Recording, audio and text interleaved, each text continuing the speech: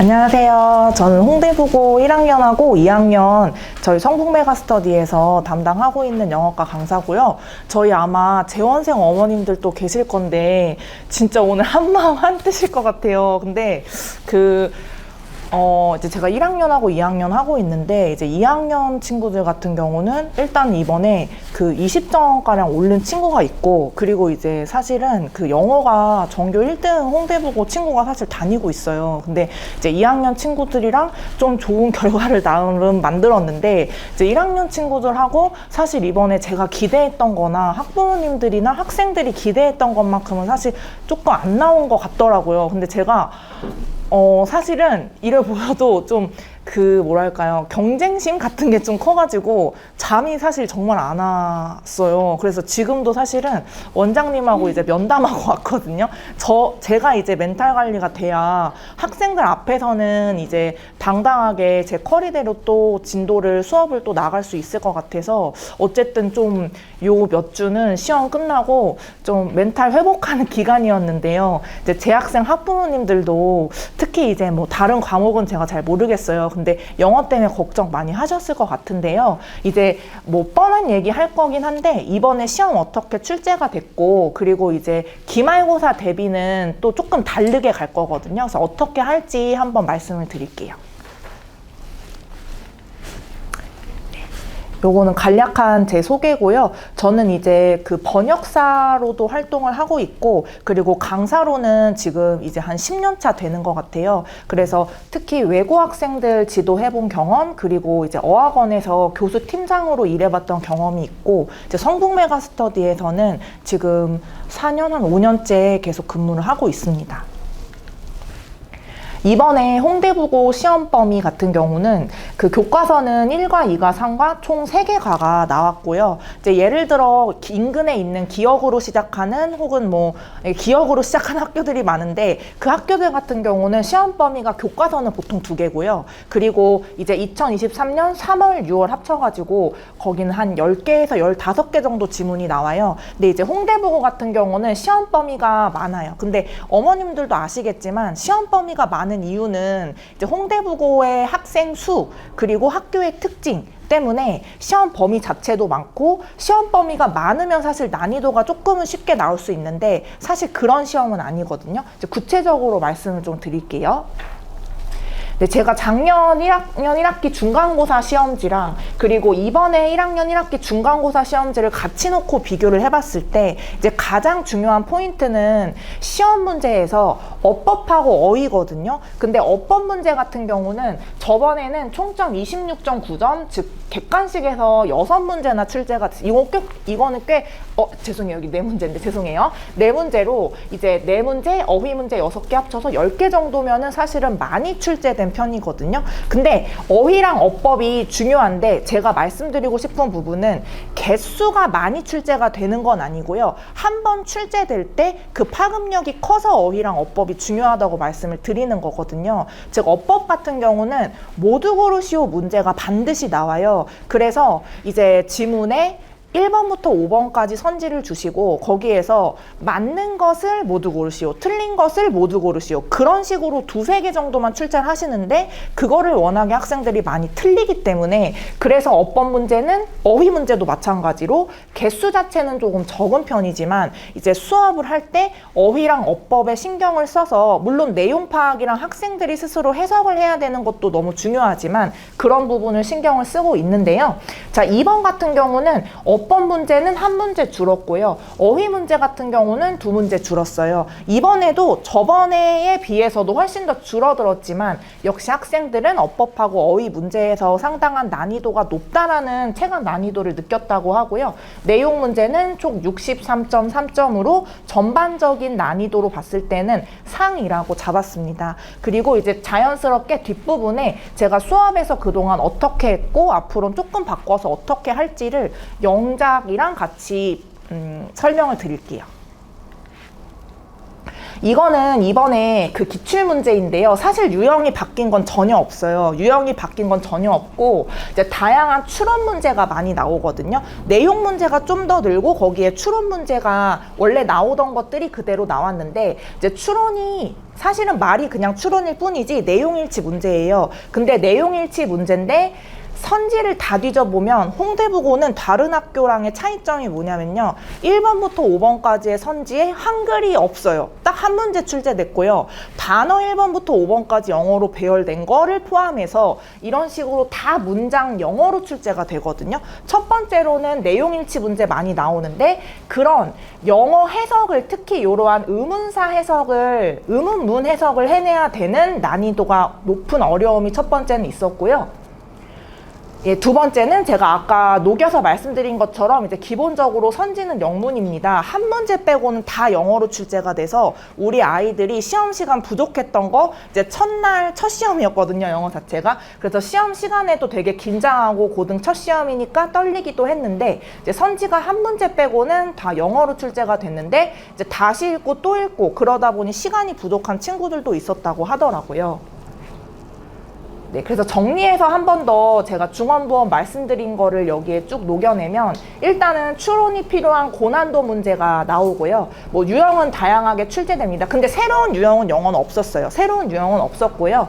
선지는 대부분 영문이고 시간 부족한 학생들 당연히 있었고 영작은 작년이랑 똑같이 두 문제 나왔어요. 근데 두 문제 나왔는데 학생들 여기에서 멘탈이 흔들릴 수밖에 없었던 이유가 어형 변화를 하시오. 근데 요거를 쭉 나열을 하는데 사실은 2학년 같은 경우는 요 파트가 영작 2학년도 두 문제가 나오거든요. 근데 이 파트가 영작에 하나가 출제가 될 거라는 거 힌트를 사실은 주셨어요. 근데 고1 같은 경우는 이번에 힌트가 없었습니다. 근데 이제 첫날 시험이고 긴 영작 문제가 나오다 보니까 이제 거기에서 학생들이 많이 긴장을 했던 것 같아요.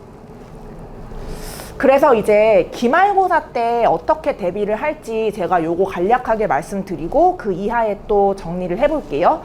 그 의문문하고 복잡한 구문 이번에 같이 다 준비했던 부분이고요. 서술형 문제에 대비할 필요가 있기 때문에 서술형 문제, 객관식 문제만 저랑 같이 풀지 않았고 이제 워크북 나눠주고 추가 문제 줄 때 거기에 서술형 문제도 함께 수업마다 사실 풀었습니다. 그리고 시간이 많이 소요되는 어법 문제에 대비할 필요, 예를 들어 모두 고르시오가 있기 때문에 그거는 어법 문제는 학생들이 항상 적어도 뭐 워낙에 신경을 많이 쓰고 저도 많이 신경을 쓰는 부분이라서 내용이 일단 이해가 되고 주제가 파악이 된 다음에는 항상 대시랑 위치랑 그 다음에 요 동사의 구조는 무엇인지 항상 했던 것 같아요. 그 상대적으로 모의고사 지문 시험 범위가 조금 많기 때문에 모의고사는 최종 이제 한 3시간 남고 시험 직전일 때는 하루에 모의고사 전체 시험 범위는 주제랑 핵심 문장 위주로 전체 2번은 계속 돌렸어요. 그래서 한 40지문을 반복해서 계속 볼 수 있도록 최종 정리를 했었습니다.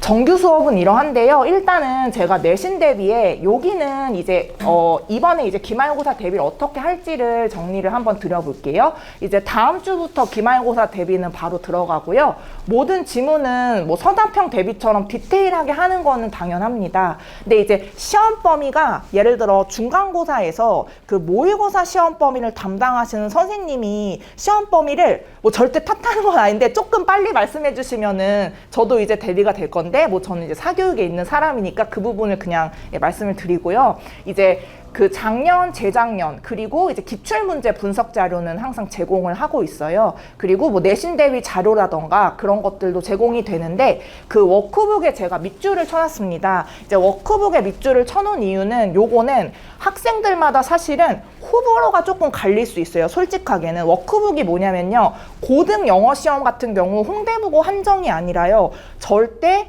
내신에서 시험 범위 지문 공부하고 절대 객관식 문제를 쉽게 못 풀어요. 그러니까 중학교 같은 경우는 대화문, 본문, 그리고 본문이랑 대화문 활용해서 문법 문제 나올 때 개념 익히면 사실 문제 풀 수 있거든요. 근데 고등은 그게 정말 안 돼요. 그래서 저는 사실 수업에서 제일 중요하게 신경 쓰는 게 이제 어떤 친구는 워크북은 너무 기초예요 하지만 워크북만 빈칸만 계속 주고 그거 본문 외웠니? 채우라고 하면 우리 학생들은 지루한 거 못하기 때문에 절대 싫어 싫어하고 안 하거든요. 그래서 저는 워크북을 어떤 식으로 주냐면 빈칸뿐만 아니라 어법 2개 중에 하나 고르시오랑 어색한 거 4개 중에 문장 하나 골라서 다시 적으시오. 그리고 추론 문제까지 새로 내고, 그러니까 문제 유형을 다각화해서 지문을 익힐 수 있도록 줘요. 왜냐하면 현실적으로 세과 그리고 모의고사 시험 범위 솔직히 중등 때처럼 암기하는 게 현실적으로 불가능해요. 그래서 지문에 최대한 익숙해지고 문제 풀어도 전혀 늦지 않거든요. 그렇기 때문에 워크북을 좀 강조를 많이 하는 편이고, 그래서 다양하게 주는 편이고, 그래서 저는 솔직히는 숙제량이 사실 솔직하게 학생들한테 피드백은 숙제량은 조금 많다라고 얘기는 듣는 편인데, 근데 그렇게 해야지 이제 학생들은 솔직히 모르겠어요. 근데 저는 후회를 안 해요. 그리고 학생들 숙제해온 거 제가 답지 주고, 그리고 저는 웬만하면 시험 진도 나가는 게 조금 빡빡하지 않는 이상은 사실은 수업 끝나고 구두 테스트 하고, 그리고 그거 문자로 꼭 나가서 뭐 예를 들어 중요한 시험 봤으면 등수는 몇 등입니다. 구두 테스트는 어떻습니다. 어머님들께 문자는 꼭 보내거든요. 그래서 그 점 말씀드리고요. 이제 복습이 너무 중요해서 사실은 이 워크북도 주고 수업 때도 처리하고 기출문제 변형도 주고 그거를 숙제로 해오도록 많이 주는 건데, 이제 학생들은 그게 양이 많고 워크북에서 지문을 계속 반복하고 익히는 게 아직은 좀 낯설다 보니까 그래서 좀 애로사항을 말을 하는 학생들이 좀 있었습니다. 근데 이제 아무래도 2학년들은 이런 것에 익숙해져 있다 보니까 2학년들도 1살 차이지만 빈칸 채우고 어법 고르고 어휘 뭐가 맞는지 고르는 거 진짜 싫어하긴 하거든요. 근데 그래도 해요. 근데 그래도 이제 하죠. 근데 이제 고1 친구들은 중학교 때는 그거를 많이 안 했기 때문에 아직은 익숙하진 않았을 건데, 이제 기말 때는 제가 더 신경을 쓰도록 할 거고요. 여기서부터가 조금 다른데요. 저희가 6시에 화요일날 수업이 시작인데, 제가 그러니까 중간고사 대비 한 달 남았을 땐 항상 일요일날 부족한 친구들, 왜냐면 인원이 조금 있는데 뭐 많진 않지만 그 인원에 잘하는 친구부터 아예 기초가 없는 친구까지 다양하게 있다 보니까 사실은 고등학교 영어 같은 경우는 절대적으로, 특히 홍대부고의 시험 같은 경우는 해석 기초 훈련이 안 돼 있으면은 그거를 본문을 외울 수도 없을 뿐더러 사실은 힘들어요. 그렇기 때문에 이제 그런 거를 한 달 전부터 했었는데, 이번에는 아예 다음 주부터 이제 5시에 1시간 일찍, 화요일 날은 어법 문제 위주로 대시 맞아, 와시 맞아, 위치가 맞아, 뭐가 맞아, 그렇게 부담 갖지 않는 양에서. 근데 이제 제가 말씀드리는 뭐 여기 적어놓은 이런 것들은 홍대부고를 비롯한 모든 고등학교는 다 문법에 내시거든요. 그래서 그거를 추가 1시간 클리닉을 제가 직접 할 거고요. 그리고 토요일 날은 원래 클리닉이 1시간 들어가 있는데, 이때는 이제 클리닉에 제가 사실은 항상 이제 시험 가까워졌을 때는 한 3회 정도 최종 모의고사를 보고 그거를 어머님들께 이제 결과를 알려드리고 했었는데, 물론 그것도 하겠지만 이제 화요일 날 5시에는 문법 위주의 클리닉을 하고, 토요일 날 기존에 있던 클리닉 때는 서술형 쓰는 클리닉을 할 거예요. 근데 영어 수를 모르고 해석을 못하면 정말 이제 단기간에 정말 뭐 언어라는 것이 기초가 많이 없는 상태에서 고득점이랑 그 다음에 높은 등급을 받는 게 쉽지가 않기 때문에 저도 그걸 알고 있지만, 그렇지만 이제 저도 사실 이번에 너무 이제 중간고사 보고 이제 좀 마음이 힘들었거든요. 그래서 아예 토요일 날은 서술형 클리닉을 할 건데요. 영어 문장 어순, 그리고 그거 맞추는 거. 홍대부고는 어려운 이유가 서술형은 2개밖에 되지는 않지만 한글 뜻을 안 주세요. 그리고 어용 변화 꼭 하나 해주세요 하면 나열을 해놓고 동사를 ing로 바꾼다거나, 아니면 나열을 순서에 맞게는 했는데 동사가 아니라 얘를 뭐 투부정사로 바꾼다거나 그런 변화를 살짝씩 줘야 되는 난이도가 되게 높은 서술형 2문제를 주시거든요. 그래서 그렇게 서술형에 최적화할 수 있도록, 특히 영어 문장 기본적으로 어순 알고 그리고 거기에 변형까지 할 수 있도록 토요일에는 서술형 클리닉, 그리고 화요일 날은 추가 1시간, 요거 비용 뭐 더 받는 거 아니고요. 제가 직접 대신지 뭔지 그거를 좀 하려고 그래요. 그래서 학생들이 분명히 혼자 힘으로 해석할 수 있고, 학생들이 중간고사 때 혹시라도 좀 못 봤다면 혹은 다소 부족했다면 반드시 기말 때 만회하도록 그렇게 이번에 좀 더 그러니까 신경을 쓰려고 하거든요. 근데 신경을 쓰는 게 아니고 이미 신경을 쓰고 있고요. 그리고 저는 이제 이게 뭐 올라간다고 하는데 낙이 영어 공부하고 학생들하고 영어 학습하고 이거밖에 없어요. 뭐 제가 지금 시집도 가지 않았고 전 정말 아무것도 없거든요. 그래서 요 전공 자체도 그냥 영어 번역이고 그냥 언어 자체를 좋아하는 사람이고 이게 정말 진심이어서 그래서 학생들이 못 봤다 하면